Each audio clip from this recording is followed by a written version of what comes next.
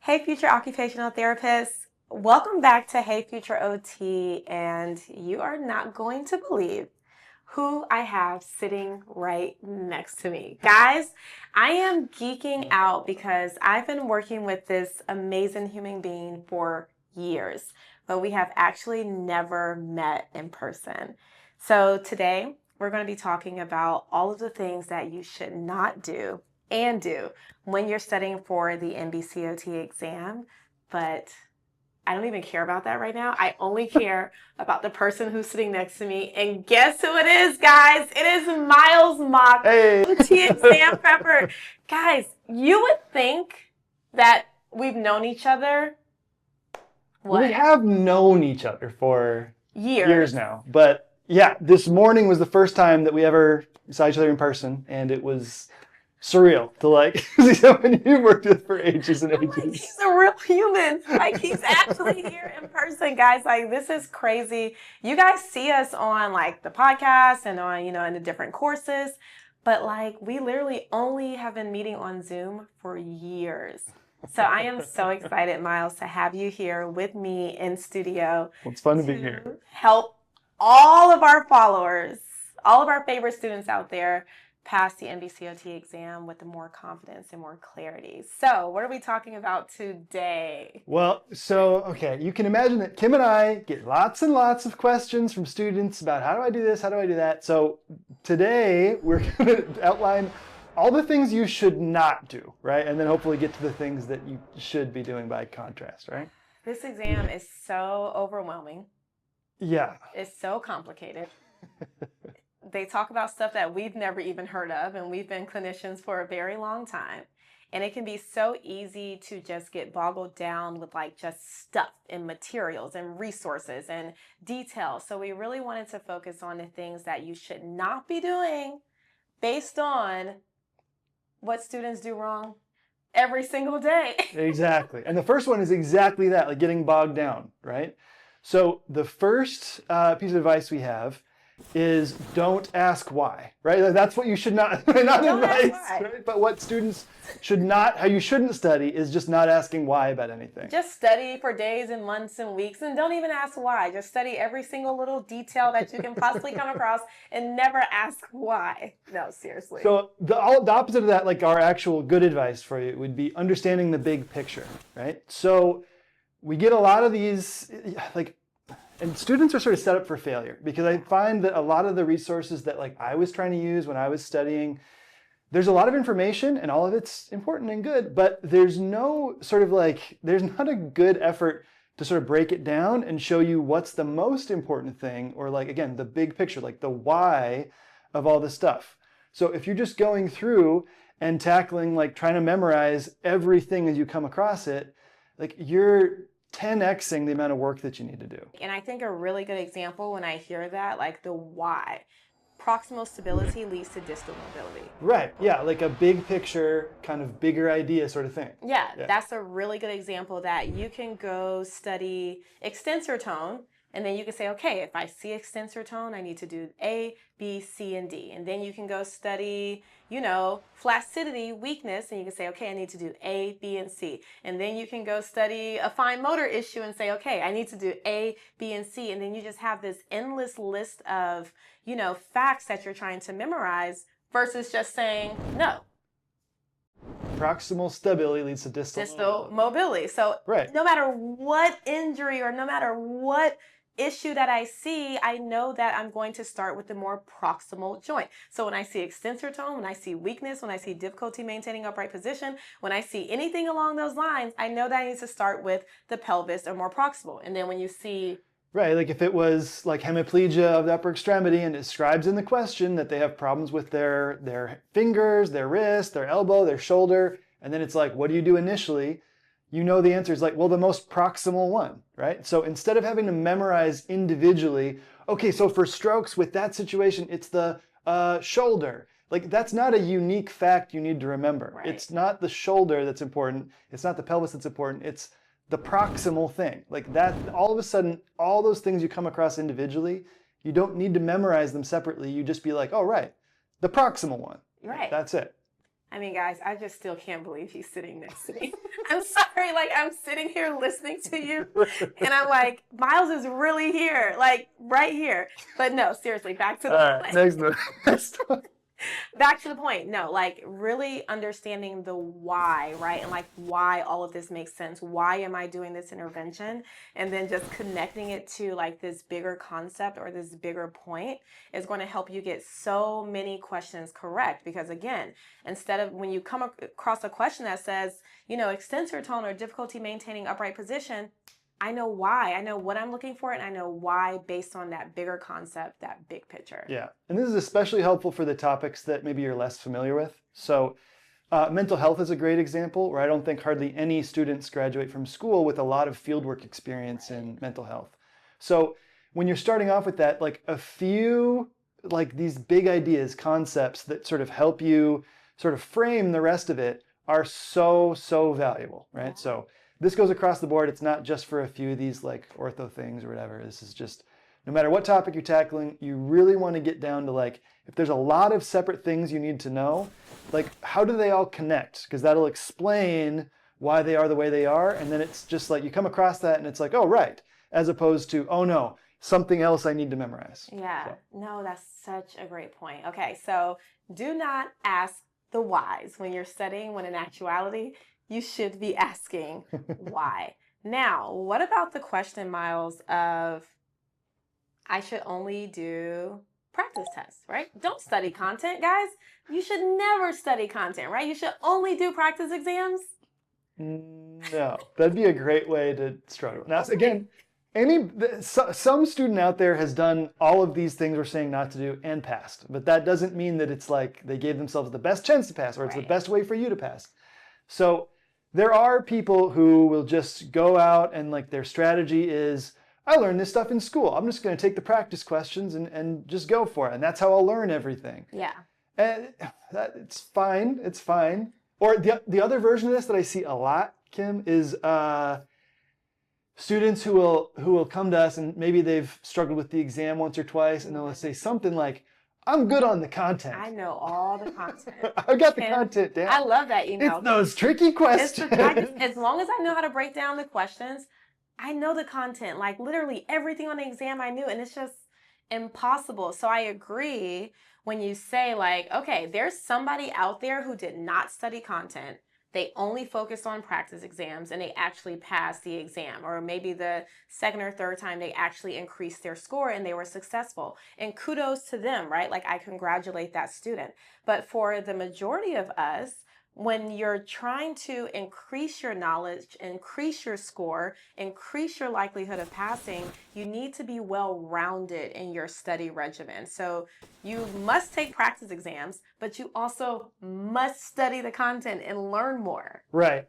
Yeah, I think it's, there's like the phrase where it's like the more you know, the more you realize you don't know, right? And I think the exam is totally like that. Like if you're really buckling down and diving into textbooks or good resources and stuff, you start to realize that like this exam is crazy. I mean, it's literally like 2.5, 3 years of school crammed into like 1 4-hour session. It's just, there's an insane amount of information. I don't think anyone can go into the exam and walk out feeling like 100% on every question. I got this. It's just not possible. So the more you study it, the more you realize like, wow, I actually, this is a lot. So if you're feeling like, no, I know it all. It's just these questions tripping me up. I promise you, like, there's more. Yeah. You haven't grasped the breadth of it yet. Yeah, and I'm telling you, when you increase your knowledge, it's going to help your ability to break down questions more effectively and more easy. But guys, you have to study. You have to study the content and do practice exams. I think you're taking a risk if you only do one. Totally. I think you're taking a risk. Totally. And I will say it's really important to just be familiar with like the way that the questions are written. Like they are tricky, they are whatever. There's sort of like a typical kind of format or way that they're phrased that's kind of unique to the NBCOT exam.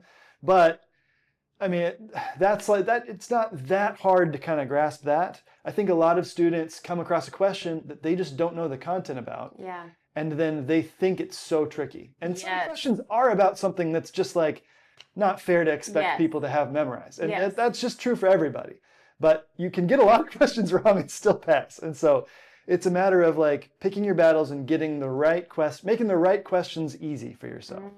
I like that. I like that. Okay. So, what about, right? I should study based on my domains, right? I'm struggling in domain 2, so I need to study domain 2, or like domain 3 on the OTR exam is the interventions, and domain 2 on the CODA exam are the interventions. So since I'm struggling in that area, I should just study domain 2 or domain 3, right, Miles? Yeah, I think this happens a lot because students, the feedback that we get from the exam is, hey, your domain 2 was weak. And so as a result, you and I get asked a lot, how do I work on domain 2? I got to study domain 2. And it's like, there's no way. If you find a way to do that, let me know, because there's no way to separate out a domain from the other ones. Like, how do you just study upper extremity or mental health like interventions without understanding the conditions themselves, or without, exactly, it doesn't make any sense. Like, it's literally impossible. And I want to be very clear with you.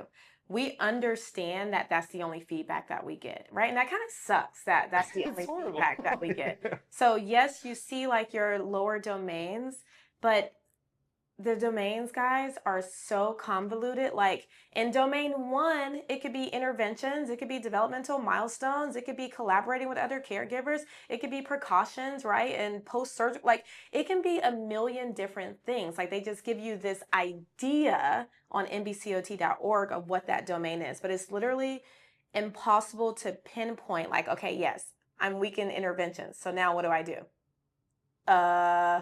Well, study neglect interventions. But like Miles said, if you don't understand what neglect is and what your client is going to present with when they have neglect, right? It's going to be really hard for you to understand which interventions that you should be doing. So instead of trying to target your studies based on domains, you need to look holistically at the information. So I talk a lot in like some of my products that I use like this 3D OT lens method. So you work on, the first D is defining, knowing what neglect is, just the medical understanding of neglect.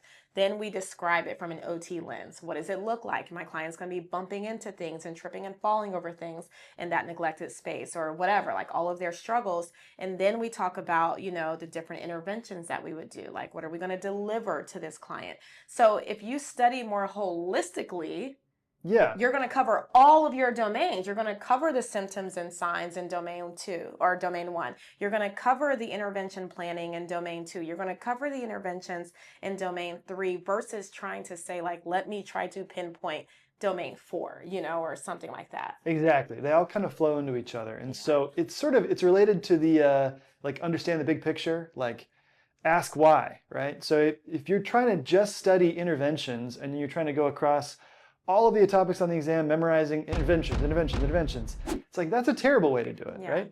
You should instead be understanding the big picture. That's why it's important to understand like the condition, what about that condition is related to other conditions in that topic, and then why does the way that we treat that thing, why is it similar or different from the way we treat other things in that same kind of category, right? So yeah, it's just a total trap, and it's just a shame that like that's the only feedback we get, and so we think that that's what we should focus on and do. It's just like you're kind of, students are set up to study in the wrong way, which is a real bummer. Yeah, I mean, if you're just really interested in understanding the domains, you could go to NBCOT.org. And I do think it's a good idea to just look at the domain, you know, PDF that they have on their website to understand how all these things relate, right? How all of this flows together. NBCOT, I really do believe they're trying to, you know, they want you to have this well-rounded, you know, understanding of the content and the conditions and the concepts. It's just, I think we as students, when we see our feedback, we're like, oh, my domain is so low, right? Like, you know, so look at the domains, guys, but please do not try to study based on your domains. And even on NBCOT.org, they talk about for students who are retaking the exam, that just because one domain is lower than the other, that you shouldn't focus on that domain. They say study all the domains every single attempt. Miles is like, But they thanks. give us the feedback But they that give that us- was, yeah, anyway.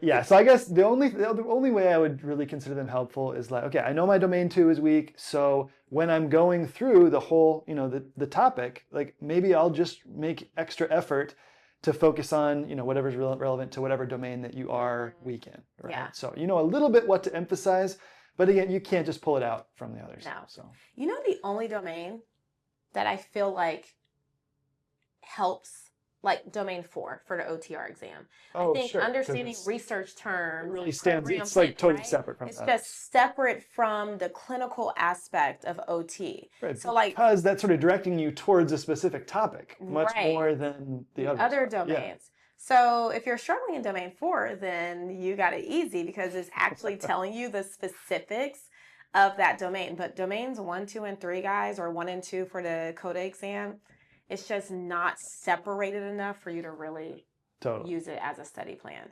Yeah. So I think our last thing that we see students do a lot that's not a good idea is that they try to study everything equally, right? So they get these resources or whatever, and then there's just, lists and lists, or you go in the textbook and there's just charts and charts of things to memorize, and students assume that, well, everything could be on the exam, so everything is equally important, right? It's of equal weight, equal value. So I'm just going to start at the beginning and memorize until I get to the end. And it turns out that's not going to work. It's not going to work. It's too much. Too much stuff. So our advice to counter that, what you should be doing, is don't study everything equally. You want to prioritize studying things that are going to give you like bang for your buck, have like a big return on your investment, return on your time that you dedicate to studying. So what does that look like? There's one that I know we get all the time. My favorite email, Miles, is, Kim, I'm struggling with assessments. Do you have an easy way for me to memorize assessments? Yeah, don't look at them. That's the best advice I can give you.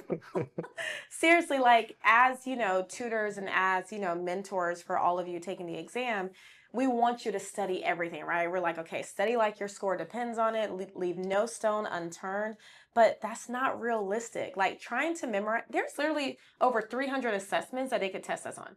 300 assessments, right? There's over, God knows how many milestones there are. Right? Like you have the finger milestones, the reflex milestones, just the depends on milestones, the how toilet specific you want to get the when cutting you're talking milestones. about it. Can you brush your hair milestone? You have a million milestones out there, and trying to realistically sitting and looking at this chart and saying, oh yeah, I got this. See, I love this topic, Kim, because you and I working together has been really awesome, because I'm maybe a little too cavalier with who cares? Like, why would we bother? And you're much, probably to a good degree, a little more focused on let's dive in the textbook. Let's make sure we've got all the pieces in place. And I'm willing to kind of throw them away a little too quickly. But somewhere in between those things is the real balance, because it's just not feasible to tackle every single detail. And, but you can leave too many of those behind too and just focus on the big picture. So somewhere between us, I think, is really the sweet spot, which is why it's been fun working together. Yeah. But I love talking about assessments because you're on my team when it comes to that. And we're both just these are trash. Yeah. I really don't think, right? I have 2 points that I want to make. I really don't think you're going to fail the exam because you don't know, right, the 300 assessments. I don't think that's possible. The other point is, if you focus your attention on the items on the exam that are more heavily weighed, right, the practical piece, the interventions, the intervention planning, you should be able to boost your score by studying the things that we know for certain we're going to see on the exam and miss a few points based, for the questions that are testing you on assessments. That's exactly it. And that's the way that I kind of conceptualize it too, is you are alive right now and you're taking the exam at some point in the future. And there's only so many hours you're going to have to study between now and then. So you need to and you don't have enough time to memorize, or your brain's just not capable of memorizing every single thing. So what you should be doing is you should be spending the time mostly on whatever's going to get you the most questions right. And memorizing 300 assessments will take you half that time and get you 3 questions right. Right. Assessments, they tend to either tell you what they're about just in the name, and so you don't need to memorize them, or they're completely crazy and just named after some guy's name, and it would be like an insane feat of like mental effort to memorize them all. So there's just no winning there. It's literally the best thing you can do. There might be like 4 or 5 total that are like worth knowing. Yeah. That might show up. But besides that, like it's just skip it and don't worry about it. Be okay getting those questions wrong. Or just make a guess and move on. Yes, seriously, like be okay. And I think that's the concept. Be okay missing those questions because you know you're going to get points when they talk about mobility, or if they're talking about some neurodegenerative condition, like, right? Really like focus your studies on the practical pieces of OT, and then put those assessments on flashcards and maybe review them 5 minutes a day, like just to do your due diligence, maybe. Yeah. You guess on those questions and you get them right, you get them wrong, who cares? But you spent the time on the other topics that, like, so if you spend 1 hour studying on assessments, like that's 1 hour you didn't spend studying on something that's going to be applicable to 25, 30 questions on the exam. So here's another sort of example about this is oftentimes I'll get, especially in like the Facebook group, you'll see someone who posts like a specific question that was tricky for them. And maybe it really is tricky. Like there's some weird thing in the textbook, and sometimes the textbooks don't agree and it causes all kinds of strife. But this person has clearly like just been driven insane by this question for who knows how long. Like they probably spent an hour and a half trying to get down to the bottom of this one question. And so then they ask like, I need to know this, what is it? And like my actual, like the thought process that goes in my head is like, okay, yeah, we'll talk about the question, but I can already tell you that like the amount of time you dedicated to this one tiny detail that has like a 1% chance of showing up on your exam has been completely wasted. Like the right answer was not caring, right? Yeah, right. Just like moving on and being okay with getting that question wrong. And I like that, Miles, of like if I spend 1 hour studying assessments that I'm not going to memorize after that 1 hour, I just missed out on an hour of tone issues, right? Hypotonia, low tonia, you know, like understanding that concept, which is going to help me get 25 questions correct on the exam versus that 1 hour I spent, I'm literally going to get maybe 2 questions correct on the exam. Exactly. So really spending your time, actually, you know, spending your time wisely and just recognizing what's important and what's not important is a game changer. Yeah.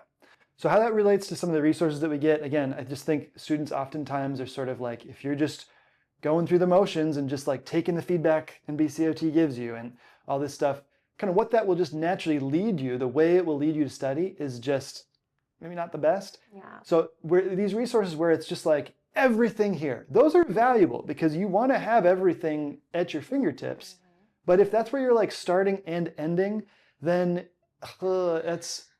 it's really tough. It's too much. It's too hard. There needs to be a method. Equally prioritizing everything is a mistake. You want to focus on the things that will really pay off for you and reward your time that you spent studying.